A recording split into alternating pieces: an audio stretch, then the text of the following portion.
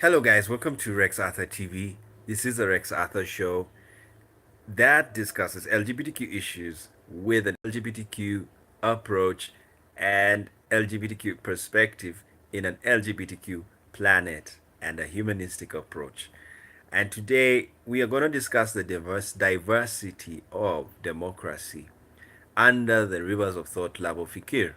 Because, of course, America has already gone through the midterm elections, which we have said is very important, contrary to belief that midterm elections mean nothing. They do mean everything because they'll affect the policies. Like, see, Trump has already made very major legislations. Now, those legislations now he may be affected, and how he's going to make laws now after this will differ. Reason being, the Democrats have the House, so all of that is happening. But today, I want to talk about the diversity of democracy, and as you always know, I'm Mr. Diversity. I meaning that diversity is the principle. It is the principle, and what it means is that contrary to what people think, we've always thought that democracy just means people voting, and then we stop there, and we just people are voting. No, democracy means, of course, government of the people, by the people, for the people, but there are diverse governments for the people, by the people. So, and why am I doing this video? I'm doing it based on what has happened in Ethiopia. And I think will even title it to include Ethiopia puts in a woman president. It's a very important thing because how it happened was so weird. The man just decided to resign, and then he had actually picked a cabinet that was 50% women, and then he put a female president. She came into power, and then the female president appointed a female president for the court. So you have a prime minister who is surrounded by female politicians. And it was so weird how it happened so fast. And it made me think. Then I had to read about Ethiopian politics. And of course, Ethiopia is a very hard country politically to live in. It's not so free because of its authoritarian tendencies. It's a dictatorship. But as I was reading about it, I was very much impressed when I heard there is no opposition member of parliament. And I was like, no opposition member of parliament? That's strange. I thought they should have an opposition member of parliament. And I said, okay, what could this mean? Is it an authoritarian government or it is a democratic parliament? Then I got to know it's just like a one-party state, or what you call a unitarian democracy, whereby you do elections not because of the parties, but because of the person, the politician. So there's some there's some democracies whereby they just have one party, but they have different politicians who have different views, and that's what you call a one-party state. Then you have a multi-party state or a bipartisan state, like what you have in America and Britain. But those ones are even still, they're quasi-bipartisan. There are very few countries that only have two parties. Now, America, Britain, they try to have two parties, but they have more than. But generally, those are the two parties that are ruling. And so when people go and vote, and that's why countries that have bipartisan democracies tend to be very, very, have a lot of vitriol and sometimes even violent when elections happen, because both sides they are thoroughly antagonistic. It's like a boxing match. Have you seen a boxing match? Is not similar to a game of which game can I compare boxing to? There are these games like, let's say, Fear Factor. For those of you who have watched Fear Factor, in Fear Factor, there are very many contestants and they're all trying to get something and they go through tests and then the best will win.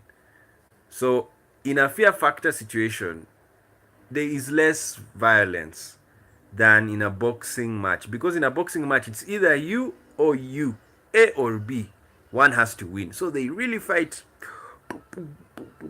and whoever wins is the whoever wins is a winner, and whoever loses is the loser. So B cries very hard when they lose, and A smiles very happy they have won. So the you'll have two conflicting emotions in one place.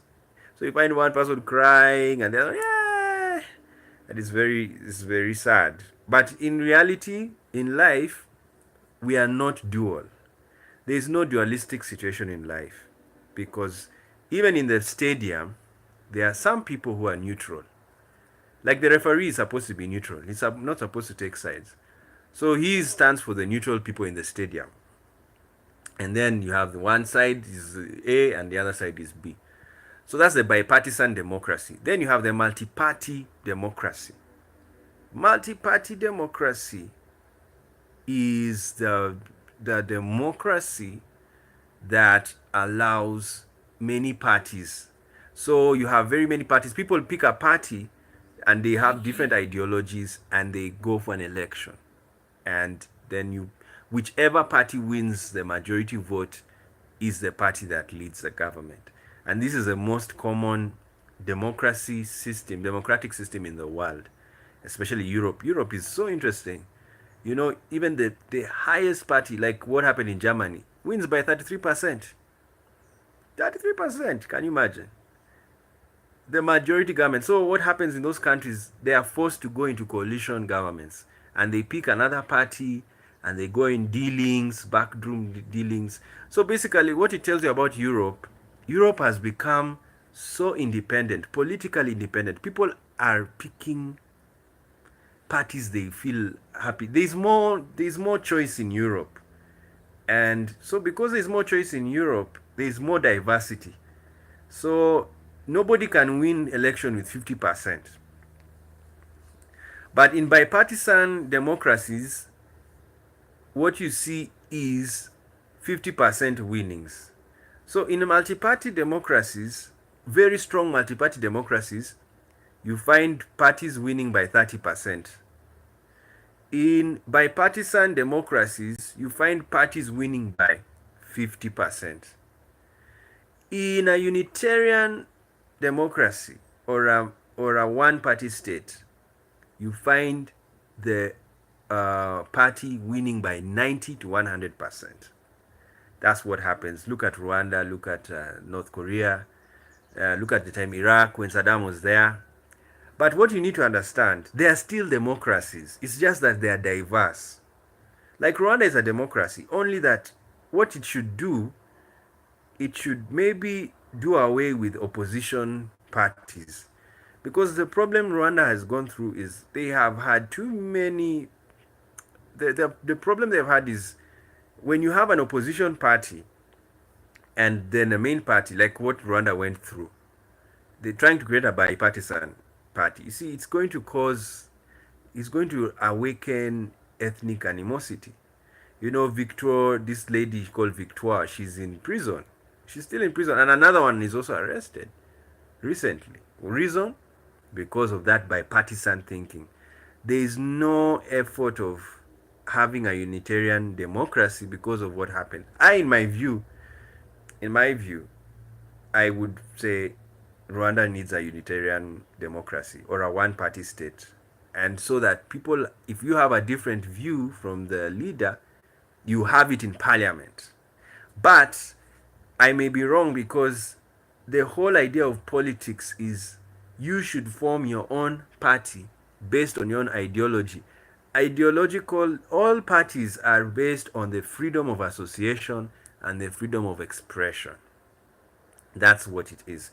So I'm not attacking and not saying you must be Unitarian, or you must be bipartisan, or you must be no. Just like okay, just leave, do what you want to do. Like I told you, like North Korea. I mean, 99% will vote for Kim Jong Un. No opposition. Like China. China is also in some way. China is a democracy. They vote for people, but it's only one party. So it's not a multi-party democracy. Neither is it a bipartisan democracy. It is a unitarian democracy whereby there is one person. I mean, there's one party, and within that party there's elections that take place for positions.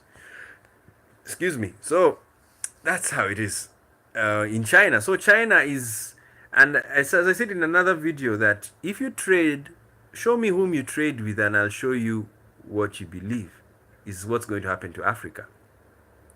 Because now Africa is trading with China, which is very unitarian. It's as a unitarian democracy, whereby people, there's one party that has real power, and then it's shared amongst politicians. Now that's what's happening in Africa, slowly by slowly, and it has been in Africa, like in parts of there was a time Kenya was a one-party state. Uganda was called even the movement system. It was just the NRM. That was a one-party state until they brought in multi-party state in 1995. And then you have of course South Africa. ANC came in, and they're dominant. You're dominant. So a dominant democracy, DD, is a unitarian democracy whereby there's one party that is dominant and has conquered everybody, and so you'll only find differences within the one party. Then, so Africa is now trading with China. And when the trade is going to go on for years, you know what trading does? Trading creates cultural exchange. A lot of exchanges happen. Like that's what used to happen in Africa in the past. Barter trade. Most tribes that are close to each other are close because when they started trading with each other, they kept on trading, kept on trading, kept on trading. Then they started marrying each other. Then they started speaking like each other. They started acquiring names. They started doing certain customs they were doing. They also copied, like circumcision. Like in Africa, I have noticed the tribes that do female circumcision are actually neighbors. Yes, they were neighbors. Somalia, then you come to the eastern side of Kenya, you find female circumcision. So I was asking myself, why did this happen? And then I realized it's because they were interacting with each other. So when they traded, barter trade, after trading, then they said, but what do you do to your women? Oh, this is what we do to them. Oh, why? This goes this. Ah, okay, even we can try. So many cultures are borrowed. They have aspects of borrowing from each other. So that's what happens when we trade. Like another thing in even Eastern Africa, the Arabs married the Bantus, and they created a tribe, Swahili. Our whole tribe is actually a mixture of two nations. Reason, they were trading with each other. The Arabs stayed in the coast, and then they now started talking to each other. They even created a language. Then they created a tribe, and they created a culture. That is the Arab Swahili. I mean the Swahili Arab Bantu. And it's because of trade. So now Africa is trading with China. It's trading. And already what's happening? Slowly, some Chinese are now staying in Africa. Slowly, I just saw today in the news, an African bank has opened in China. African bank. Do you know how much money they're going to make, that bank is going to make? Because the rates, the local African bank rates are cheap. So there's going to be very good money for that bank. So already the bank is there. Because the relationship is, years are going on, it's increasing. So Chinese will come to Africa, then Africans will want to go to China. Then in a short time, you'll find Africans will even now speak Mandarin. Then Chinese will try and learn African languages. I was watching what is happening in Egypt. The Chinese are learning Arabic, and they are trying to intermarry with Egyptians. So that is the power of trade. The power of trade. There's a lot of cultural exchange. And China, let me tell you, it doesn't want to come and impose their politics on Africa. But guess what? It's going to happen because Africans are going to ask, but how do you govern China? And they'll tell us, oh, this is what we do. We do it this way, this way. You see, already some people are even thinking of death penalty for corruption cases in Africa, like China. It's because of that cultural exchange. You hear Chinese people, they kill people over corruption. So when you read the comments of some Africans, they say, yes, we should even kill death penalty for those who are corrupt. You know why? They have heard what's happening in China. Why? Because we are trading. Africa is trading with China. Now, let's go to another partner Africa has. Africa is trading with the West. What is the democracy in the West? It is diversified democracy. It's also a DD, but it is diversified. China's is a dominant, where there's a dominant party in charge, a Unitarian, and then in Europe, it's a diversified democracy whereby there are very many political parties. Some are nationalist, some are socialist, some are centrist, some are Democrats, some are Marxist, some are progressive, some are ultra right. All of these are found in Europe, and so Africa is trading with Europe, and then also gets to understand, and cultural exchanges happen. But if there are no Europeans coming to Africa, then the relationship between Africa and China, I mean Africa and Europe, is weak than the relationship between Africa and China. Because right now, there's a new thing. Hello, you statisticians, African statisticians, be counting now. New data is coming. Chinese immigration to Africa is going to increase. How has it increased? Because of the trade. That's now what they now need to start counting, the number of Chinese people coming to live in Africa because of the trade ties. So guess what? The world is actually going to become global. That's why I was telling, as I told you guys in the other video, that what we are seeing in Europe, the far right, it's the end of the far right. Yes, that's what's happening. It is coming to a close.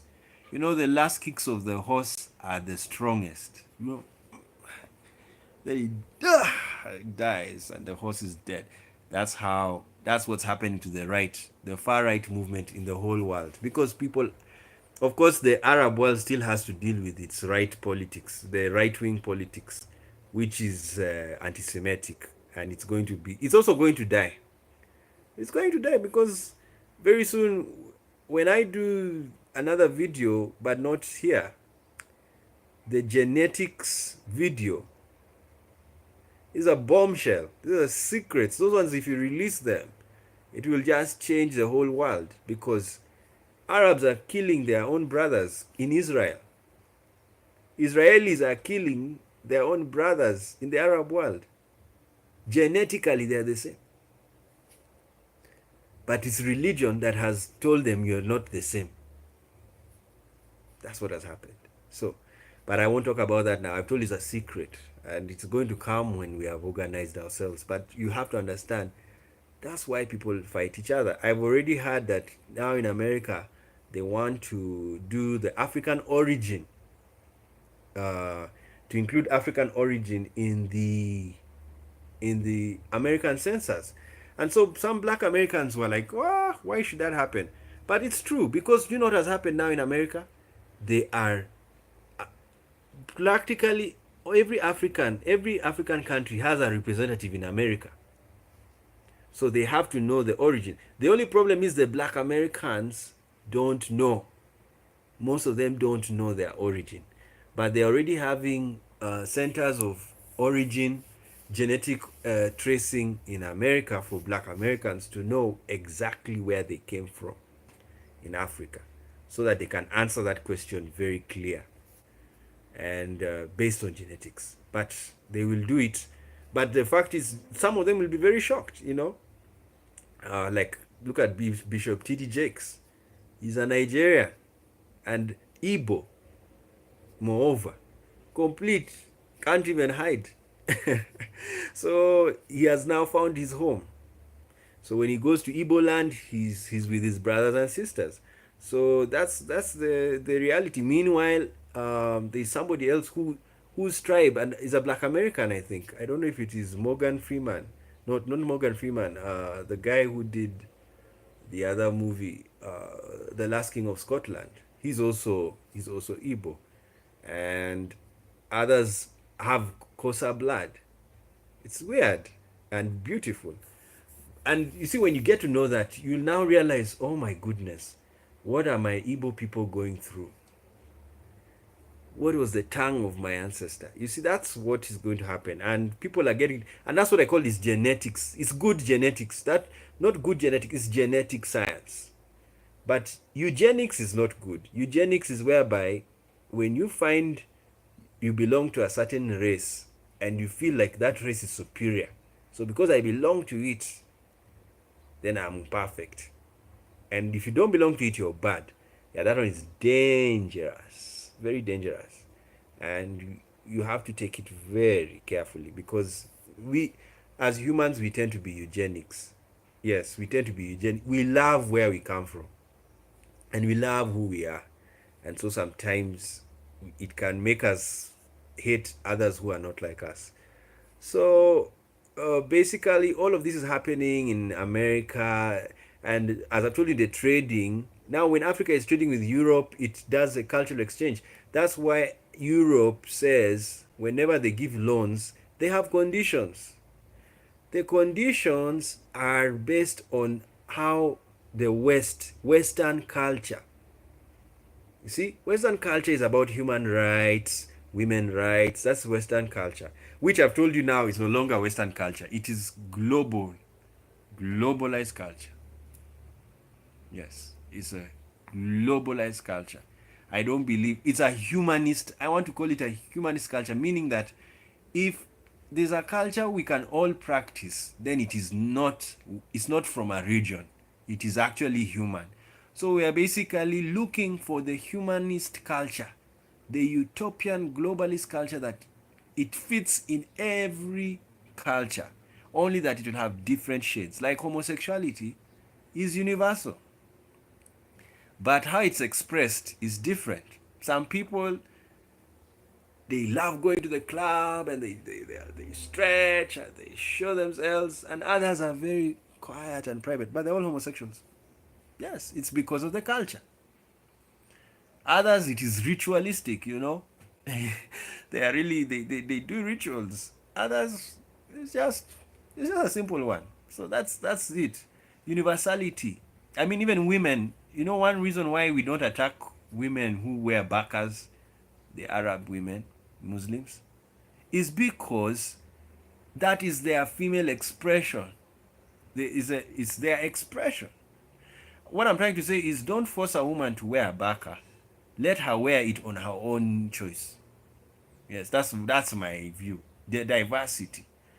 But don't force a woman to wear a burqa. If she wants to wear one, fine. If she, like, there are some Arab countries, I mean Pakistan, you're free, wear what you want to wear. But don't cover yourself by force. Somebody's forcing you that you must cover. And we're going to talk about this in another video about how to relate with the LGBT youth. Yes, and that's going to be, we will also do it today. Anyway, we thank you so much for joining us. This is the Rex Arthur TV, and we have just shown you the diversities of democracies. It is diversity is the principal. We are all diverse. Every system has an ounce and an inch of diversity. Every system. And so what we do, since every system has diversity, let's try and live in that diverse state.